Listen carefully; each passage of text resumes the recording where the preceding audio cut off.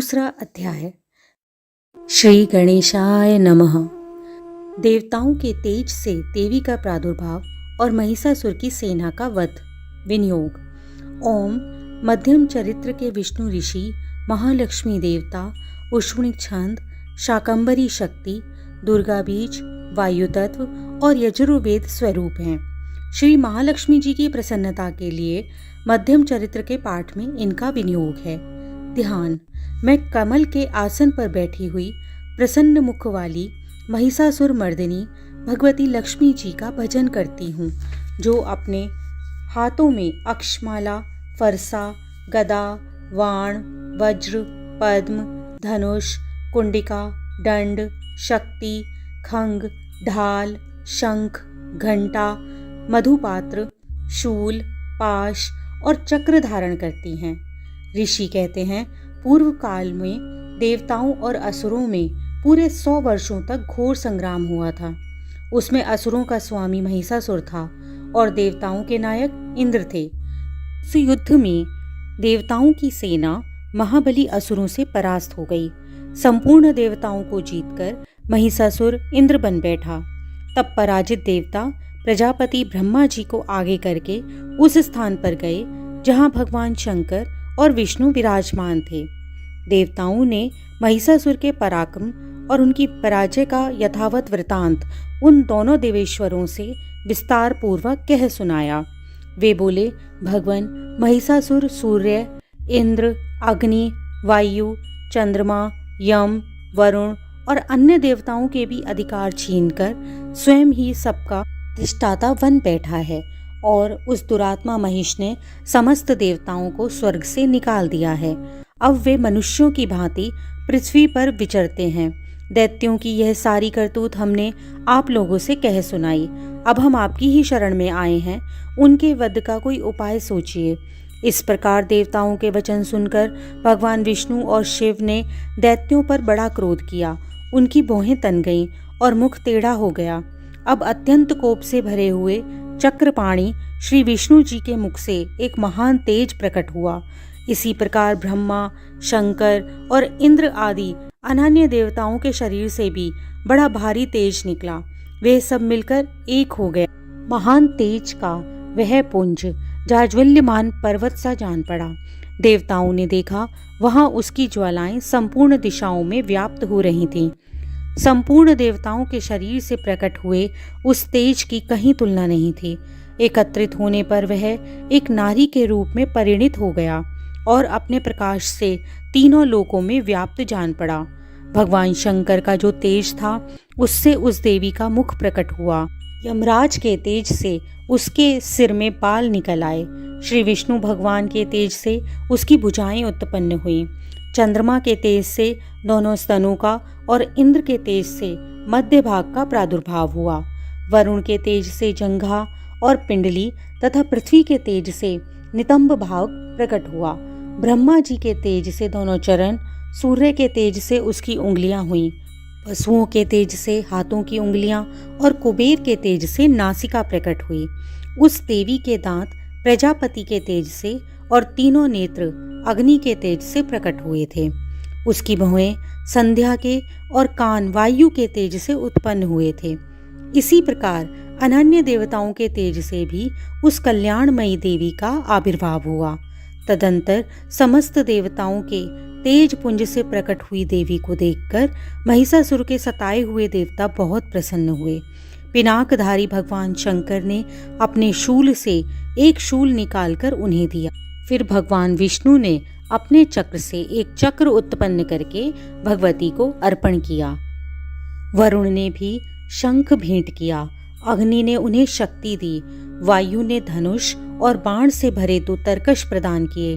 सहस्त्र नेत्रों वाले देवराज इंद्र ने अपने वज्र से वज्र उत्पन्न करके दिया। एरावत हाथी से उतारकर एक घंटा भी प्रदान किया। यमराज ने काल दंड से दंड, वरुण ने पाश, प्रजापति ने स्फटिक काक्ष की माला, ब्रह्मा जी ने कमंडलू भेंट किया। सूर्य ने देवी के समस्त रोमकूपों में अपनी किरणों का तेज भर दिया। काल ने उन्हें चमकती हुई ढाल और तलवार दी। क्षीर समुद्र ने उज्ज्वल हार और कभी जीर्ण न होने वाले 2 दिव्य वस्त्र आभूषण भेंट किए।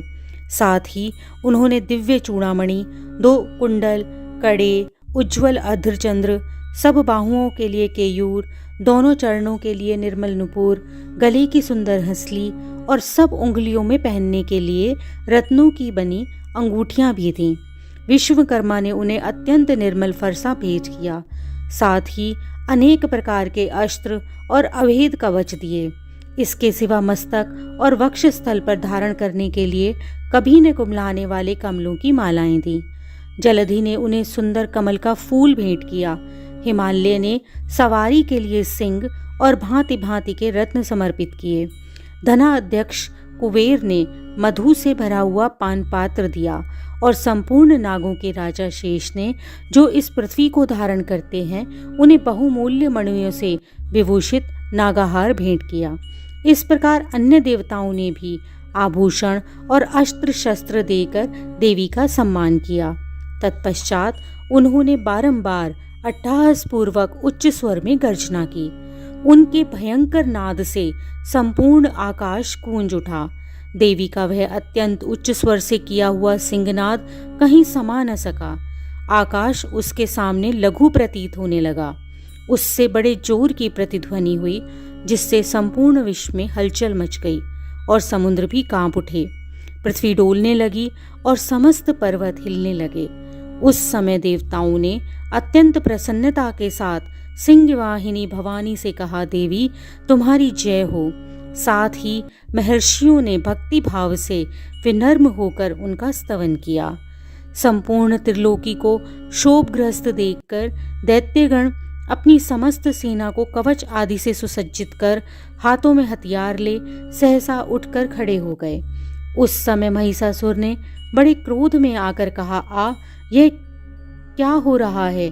फिर वह संपूर्ण असुरों से घिरकर उस सिंहनाद की ओर लक्ष्य करके दौड़ा और आगे पहुंचकर उसने देवी को देखा, जो अपनी प्रभा से तीनों लोकों को प्रकाशित कर रही थी। उनके चरणों के भार से पृथ्वी दबी जा रही थी। माथे के मुकुट से आकाश में रेखा सी खिंच रही थी और वे अपने धनुष की टंकार से 7 पतालों को शुद्ध किए देती थी। देवी अपनी हजारों भुजाओं से संपूर्ण दिशाओं को आच्छादित करके खड़ी थी। तदंतर उनके साथ दैत्यों का युद्ध छिड़ गया। नाना प्रकार के अस्त्र शस्त्रों के प्रहार से संपूर्ण दिशाएं उद्दासित होने लगीं। चिक्षुर नामक महान असुर महिषासुर का सेनानायक था। वह देवी के साथ युद्ध करने लगा। अन्य दैत्यों की चतुरांगणी सेना साथ लेकर चामर भी लड़ने लगा। 60,000 रथियों के साथ आकर उदर्ग नामक महादैत्य ने लोहा लिया। 1 करोड़ रथियों को साथ लेकर महाहनु नामक दैत्य युद्ध करने लगा, जिसके रोएं तलवार के समान तीखे थे। वह असिलोमा नाम का महादैत्य 5 करोड़ रथी सैनिकों सहित युद्ध में आ डटा। 60 लाख रथियों से घिरा हुआ वाशकल नामक दैत्य भी उस युद्ध भूमि में लड़ने लगा। परिवारित नामक राक्षस हाथी सवार और घुड़सवारों के अनेक दलों तथा 1 करोड़ रथियों की सेना लेकर युद्ध करने लगा। विडाल नामक दैत्य 5 अरब रथियों से घिरकर लोहा लेने लगा। इनके अतिरिक्त और भी हजारों महादैत्य रथ, हाथी और घोड़ों की सेना लेकर वहां देवी के साथ युद्ध करने लगे। स्वयं महिषासुर उस रणभूमि में कोटि कोटि सहस्त्र रथ, हाथी और घोड़ों की सेना से घिरा हुआ खड़ा था। वे दैत्य देवी के साथ तोमर, भिंदीपाल, शक्ति, मूसल, खड़ग, परशु और पट्टिश आदि अस्त्र शस्त्रों का प्रहार करते हुए युद्ध कर रहे थे। कुछ दैत्यों ने उन पर शक्ति का प्रहार किया, कुछ लोगों ने पाश फेंके तथा कुछ दूसरे दैत्यों ने खड़ग प्रहार करके देवी को मार डालने का उद्योग किया। देवी ने क्रोध में भरकर खेल खेल में ही अपने अस्त्र शस्त्रों की वर्षा करके दैत्यों के वे समस्त अस्त्र शस्त्र काट डाले। उनके मुख पर परिश्रम या थकावट का रंच मात्र भी चिन्ह नहीं था। देवता और ऋषि उनकी स्तुति करते थे तथा वे भगवती परमेश्वरी दैत्यों के शरीरों पर अस्त्र शस्त्र की वर्षा करती रही। देवी का वाहन सिंह भी क्रोध में भरकर गर्दन के बालों को झटकता हुआ असुरों की सेना में इस प्रकार विचरने लगा मानो वनों में दावानल फैल रहा हो। रणभूमि में दैत्यों के साथ युद्ध करती हुई अंबिका देवी ने जितने निश्वास छोड़े वे सभी तत्काल हजारों सैकड़ों गणों के रूप में प्रकट हो गए और परशु, भिंदीपाल, खंग, पट्टिश आदि शस्त्रों द्वारा असुरों का सामना करने लगे।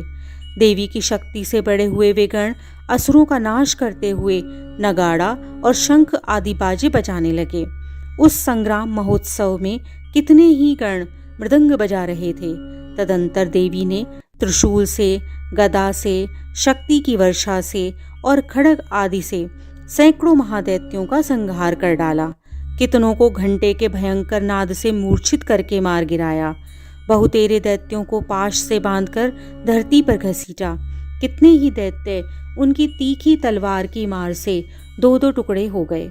कितने ही गदा की चोट से घायल होकर पृथ्वी पर सो गए। कितने ही मूसल की मार से अत्यंत आहत होकर रक्त वमन करने लगे। कुछ दैत्य शूल से छाती फट जाने के कारण पृथ्वी पर ढेर हो गए। उस रणांगण में बाण समूहों की वृष्टि से कितने ही असुरों की कमर टूट गई। बाज की तरह झपटने वाले देव पीड़क दैत्यगण अपने प्राणों से हाथ धोने लगे। किन्हीं की बाहें छिन्न भिन्न हो गईं। कितने ही महादैत्य जांघें कट जाने पर पृथ्वी पर गिर पड़े। कितनों के ही देवी ने एक बाह, एक पैर और एक नेत्र वाले करके दो टुकड़ों में चीर डाला। कितने ही दैत्य मस्तक कट जाने पर भी गिरकर फिर उठ जाते और केवल धड़ के रूप में अच्छे अच्छे हथियार हाथ में लेकर देवी के साथ युद्ध करने लगते थे। दूसरे कबंध बाजों की लय पर नाचते थे। कितने ही बिना सिर के धड़ हाथों में खंग और शक्ति और सृष्टि लिए दौड़ते थे और दूसरे दूसरे महादैत्य ठहरो ठहरो यह कहते हुए देवी को युद्ध के लिए ललकार रहे थे। जहाँ वह घोर संग्राम हुआ था वहाँ की धरती देवी के गिराए हुए रथ, हाथी, घोड़े और असुरों की लाशों से ऐसे पट गई थी कि वहां पर चलना फिरना असंभव हो गया था। दैत्यों की सेना में हाथी, घोड़े और असुरों के शरीर से इतनी अधिक मात्रा में रक्तपात हुआ कि थोड़ी ही देर में वहां खून की बड़ी बड़ी नदियां बहने लगीं। जगदम्बा ने असुरों की विशाल सेना को क्षण भर में नष्ट कर दिया, ठीक उसी तरह जैसे तृण और काठ के भारी ढेर को आग कुछ ही क्षणों में भस्म कर देती है। और वह सिंह भी गर्दन के बालों को हिला हिलाकर जोर जोर से गर्जना करता हुआ दैत्यों के शरीरों से मानो उनके प्राण ही चुने लेता था। वहां देवी के गणों ने भी उस महादैत्यों के साथ ऐसा युद्ध किया जिससे आकाश में खड़े हुए देवतागण उन पर बहुत संतुष्ट हुए और फूल बरसाने लगे। इस प्रकार श्री मार्कंडेय जी पुराण में सार्वणिक मनवंतर की कथा के अंतर्गत देवी महात्म्य में महिषासुर की सेना का वध नामक यह दूसरा अध्याय संपूर्ण हुआ। बोल देवी मैया की जय। इसी प्रकार की अन्य व्रत एवं पौराणिक कथा कहानियों के लिए हमारे चैनल को सब्सक्राइब और शेयर करें ताकि आप भी दूसरों तक इन्हें पहुंचाकर धर्म लाभ प्राप्त कर सकें।